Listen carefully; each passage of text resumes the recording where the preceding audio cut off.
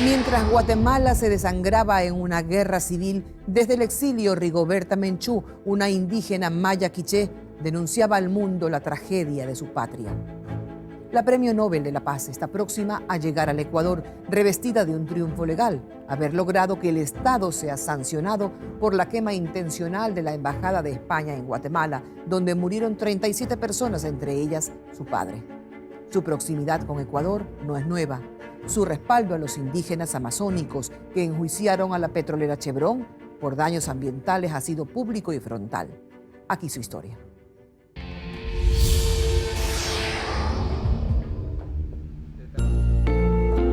Es la guatemalteca más internacional y lo sabe. Tanto como que su verdadero retrato no puede esconder el dolor. Su nombre no ha dejado de estar en boga desde hace 23 años.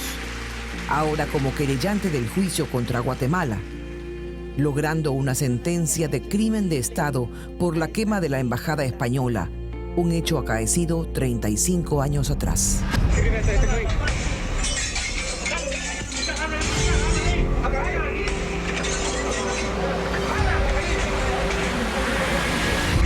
Eran tiempos de guerra civil y fue uno de los actos más brutales. Un grupo de campesinos se tomó la sede para contarle al mundo su tragedia. Y un militar dio la orden: encerrarlos y prender fuego. 37 víctimas, entre ellos su padre. ¿Una justicia que tarda es justicia? Fue durísimo el proceso, sin embargo, creo que es una justicia dignificante para nosotros, para nuestra verdad. Aun cuando esa justicia llegó tarde. Sí, la otra es la justicia penal. Es la justicia que apenas estamos iniciando, y es que el tribunal ya reconoció el papel del Estado en ese crimen. O sea, no solo es una situación que pasó de accidente, sino el Estado participó, 6 cuerpos policíacos participaron, tenía la orden del general Lucas García, tenía la orden del que era ministro del Interior en esos años, incluso el ministro de Relaciones Exteriores había mentido en la comunidad internacional. Yo no creo que vayan a poder pagar lo que significa para nosotros 35 años de nuestra vida con una negación de justicia. Para Rigoberta Menchú, la verdad es el primer paso. Y cree que el mundo conoce ya la verdad de lo que ocurrió en Guatemala.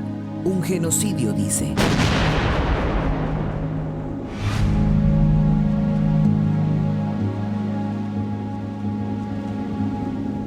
Luego viene la justicia, y es en el proceso en que está su país. Después podrá llegar el perdón y la reconciliación. Para mí la primera justicia es la verdad. Ya no es la verdad de Rigoberta Menchú, la india mentirosa, como habían dicho. No es la verdad de una víctima, ni de las 37 víctimas, sino es una verdad penal de Guatemala que desafió los tribunales. ¿Y usted, Rigoberta, puede perdonar? Si usted cree que el perdón es un cheque en blanco, yo sí de eso no lo creo, porque yo he visto muchísimas familias que están absolutamente en el abandono y ninguna humanidad que los esté ayudando o que se están enterrando en el silencio por esperar un juicio. Un proceso de 16 años es agotador. Yo creo que el perdón viene hasta el final, siempre y cuando, pues que así lo desean las víctimas y así lo desean cada persona, porque yo no puedo hablar por todos. No es fácil perdonar si nadie te ha pedido perdón, agrega. Y en su rostro está a punto de aflorar el llanto cuando recuerda que no hay tumba para sus muertos, para rezarles y ponerles flores. Yo perdí mi madre torturada, mi madre que hasta la fecha no la puedo dar por muerta, porque hasta la fecha no he encontrado sus restos en una fosa común. Igual mi hermano Víctor, él fue asesinado, fue fusilado y nunca me entregaron sus restos. Hasta la hora no encuentro sus restos. Cuando yo regresé de Guatemala, cuando fui capturada por la policía guatemalteca, en el año 88, todavía lo que hice al día siguiente que me soltaron fue a dejar una corona a mi papá en el cementerio general. Poco tiempo después saquearon sus restos y no sé a dónde lo tiraron. Tal vez por ello es tan celosa de la privacidad de su familia, su esposo y su hijo universitario, con quienes comparte esta casa de 2 pisos donde hay espacio para reuniones de asuntos sociales e indígenas.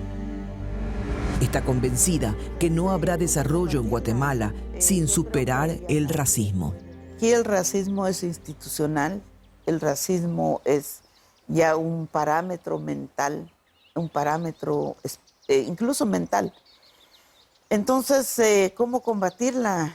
Yo creo que ya nadie puede decir yo no estoy expuesto a ser racista. Me preocupa más por la salud mental y la salud de los jóvenes, especialmente los jóvenes de la clase acomodada, los jóvenes hijos de exmilitares, que se están envenenando, queriendo participar, negando los hechos, porque así les hacen en casa. El que dice que no hay, seguramente se tomó un café en la mañana todos los días de su vida, seguramente se enterró a un ser querido tranquilamente como deben ser los seres humanos y seguramente jamás le llegó el sufrimiento de otros.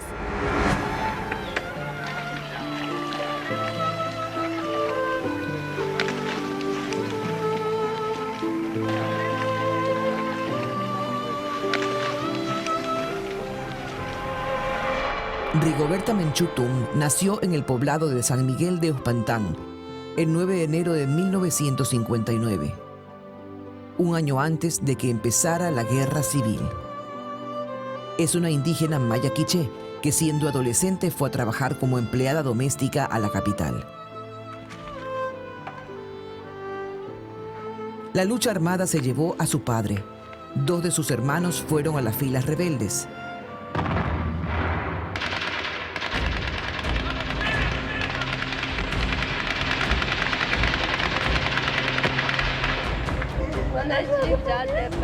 Su madre fue secuestrada y torturada hasta morir. En el exilio en México decidió ponerle voz al desangre de su pueblo a través del libro Soy Rigoberta Menchú y así me nació la conciencia, publicado en 1983. Un libro cuestionado años después por supuestas exageraciones y mentiras. Ella diría que su relato no solo era un testimonio personal, sino también el de su pueblo. Su voz y su lucha la hicieron acreedora del Premio Nobel de la Paz en 1992, cuando se celebraban los 500 años del descubrimiento de América o el encuentro de 2 mundos.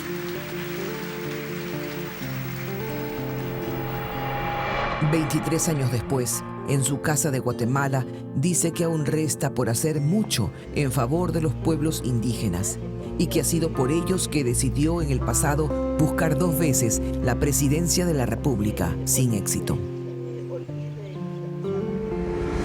Aquí las elecciones gana el que tiene dinero, gana el que compra más voto, gana el que puede vender más sus candidatos. Nosotros nunca estuvimos a la venta, ni comprar, ni vender. Entonces, no, jamás, nunca. Los parámetros del sistema guatemalteco no son los nuestros. Aún así, dice, seguirá apoyando la campaña política de sus compañeros de ideología. Segura que un día Guatemala, con más del 50% de población indígena, tendrá un presidente o presidenta maya, quiché, ixil o de otra etnia. El mundo está cambiando, explica, y pone como ejemplo la reanudación de relaciones entre Cuba y Estados Unidos. Sin duda que el cambio que hizo Obama en relación a Cuba es el cambio más extraordinario que quedará en la historia universal. Ya todos los cambios que él ha intentado hacer, pues parece que no han llegado a la conclusión, sobre todo los derechos de los migrantes. Pero yo pienso que Obama tiene esa oportunidad. Es heredero de Martin Luther King, proviene de un pueblo que ha vivido la esclavitud, que ha luchado, se ha autoafirmado en la historia. Anuncia visita a Ecuador por invitación del canciller Patiño, a quien reconoce como amigo. Tengo muchos compromisos, de hecho tengo un compromiso con el Ecuador. Yo voy a apoyar mucho esta lucha de los hermanos por la Amazonía contra Chevron, la Chevron, que ganaron un juicio. Yo voy a recorrer la Amazonía este año. Semanas atrás se unió en Washington a la lucha en contra de Chevron. Si hoy permitimos a Chevron la impunidad, if today we allow Chevron to go unpunished, muchos lo van a repetir en el futuro. Ninguna batalla que involucre a los pueblos indígenas la tiene al margen.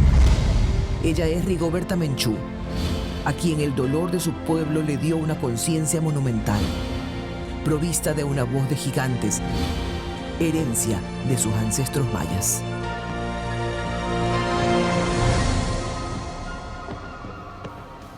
Encuentra la entrevista completa en nuestro micrositio www.ecoavisa.com/visión 360. No se mueva, todavía tenemos más. Esto es Visión 360, segunda temporada.